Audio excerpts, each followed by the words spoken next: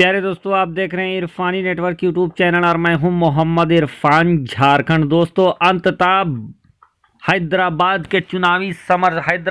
चुनावी दंगल का महा रिजल्ट सामने आ गया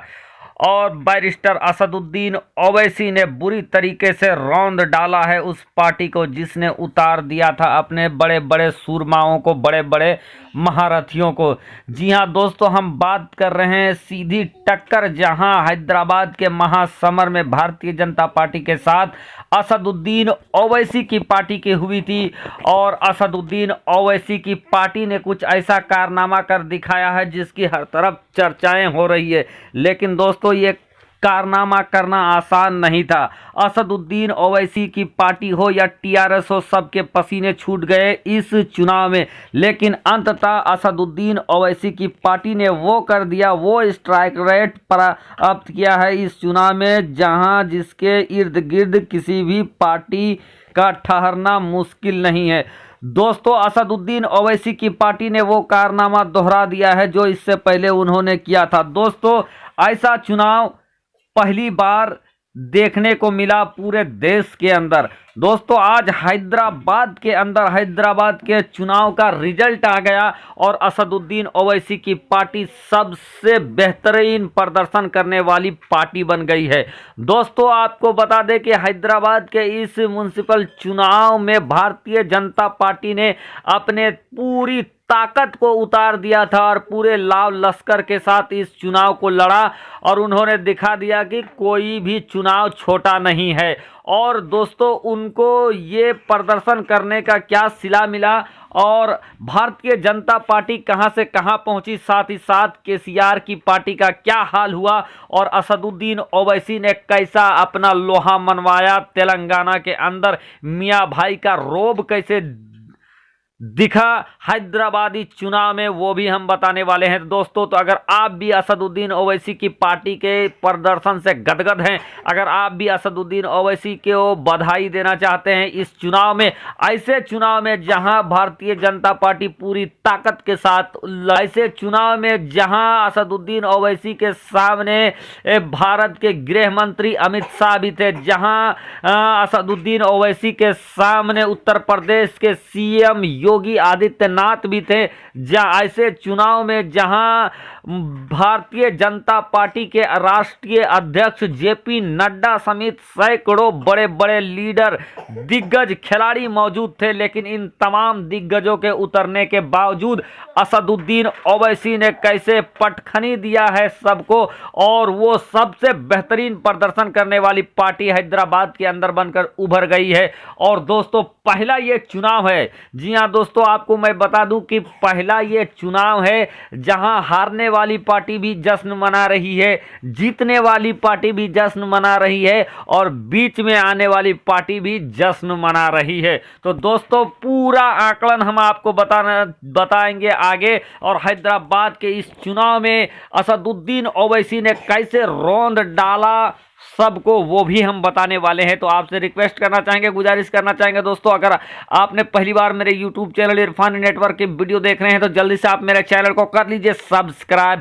साथ ही साथ बेल के बटन को ऑन करें और ऑल नोटिफिकेशन के ऑप्शन को दबा लें। दोस्तों, आज के चुनाव में, आज के इस चुनाव के जो रिजल्ट थे, रिजल्ट के पहले ही 2 घंटे के अंदर भारतीय जनता पार्टी ने इतने तेजी के साथ बढ़त बनाया था कि सबके आंखें फटी की फटी रह गई थी। भारतीय जनता पार्टी ने एकदम बुलेट ट्रेन में सवार होकर तुरंत 2 घंटे के अंदर 4 सीटों से एकदम 94 सीटों में चली गई थी। और जब ये रुझान सामने आया पोस्टल बैलेट का तो सारी पार्टियों के नसें धक धक धक धक धक धक धक धक करने लग गई थी, सबके नसें और सबकी सांसें अटक गई थी। लेकिन दोस्तों, जैसे ही पोस्टल बैलेट खत्म हुआ और मुख्य पत्रों की गिनती स्टार्ट हुई, फिर धीरे धीरे बीजेपी का नशा भी चूर होता हुआ नजर आया और बीजेपी जो गुमान में थी, जहां हैदराबाद के अंदर वो झंडा गाड़ने वाली थी, जहां हैदराबाद के अंदर वो मेयर की कुर्सी, महापौर की कुर्सी अपनाने वाली थी, वो कुर्सी का अचानक से चारों पहिया टूट जाता है और वो कुर्सी भारतीय जनता पार्टी से दूर चली जाती है। दोस्तों आपको बता दें कि इस समय जो ताजा अपडेट है, जो फाइनल अपडेट निकलकर सामने आया है, दोस्तों आपको मैं बता देना चाहता हूं, असदुद्दीन ओवैसी ने इस चुनाव में, जो हैदराबाद के चुनाव हुए और इस हैदराबादी चुनाव में 150 सीटों पर चुनाव हुए थे और इन 150 सीटों में से टीआरएस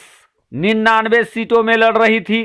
भारतीय जनता पार्टी 150 सीटों पे लड़ रही थी और असदुद्दीन ओवैसी की पार्टी ओनली 51 सीटों पर लड़ रही थी। दोस्तों इस 51 सीटों में से असदुद्दीन ओवैसी की पार्टी ने 43 सीटों पे अपना परचम गाड़ दिया है, अपना झंडा गाड़ दिया है। दोस्तों यानी 51 सीटों में से 43 सीटें असदुद्दीन ओवैसी की पार्टी ने जीत लिया है और जितने भी दावा किए गए कि हैदराबाद की नाम को तब्दील करके भाग्यनगर कर दिया जाएगा, हैदराबाद में ओवैसी को परास्त करने की जितनी ताकत लगाया गया भारतीय जनता पार्टी के द्वारा, सारा ताकत फेल हो गया और असदुद्दीन ओवैसी ने अपने किला को मजबूती के साथ बचा लिया। दोस्तों आपको बता दें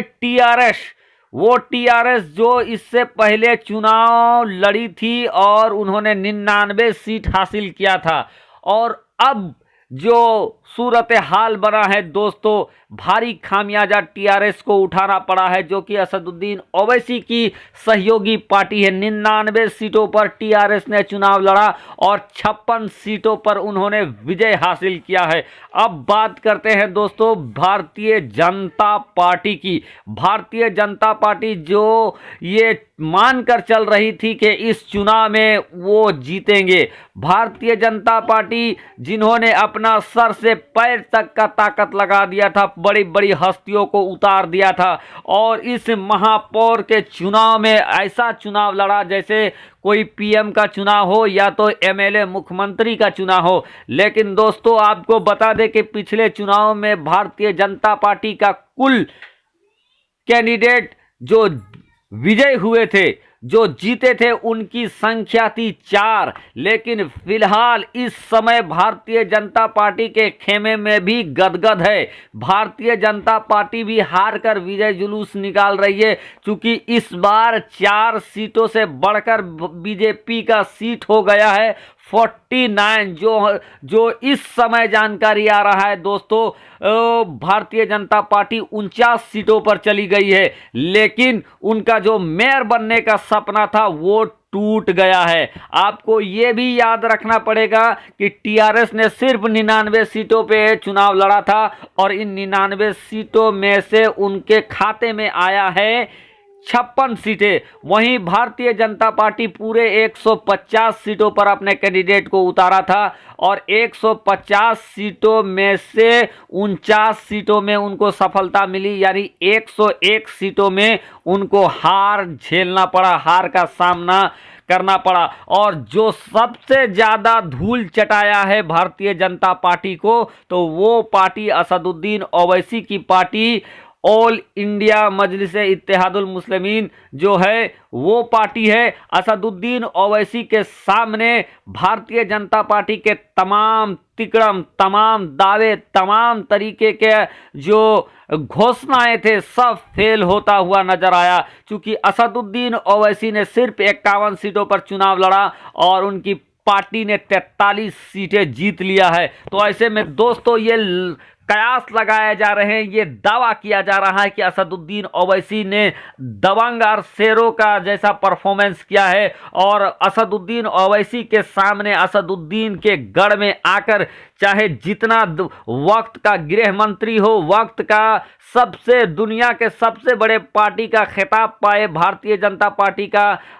अध्यक्ष हो, सबके तिकड़म फेल हो गए, सबके दावा फेल हो गए, सबको मात दे दिया असदुद्दीन ओवैसी और उनकी पार्टी ने और 51 में से 43 सीटें जीत लिए हैं। और ये सुनिश्चित हो गया है कि अगला महापौर, अगला मेयर चाहे असदुद्दीन ओवैसी की पार्टी का होगा या तो फिर तेलंगाना टीआरएस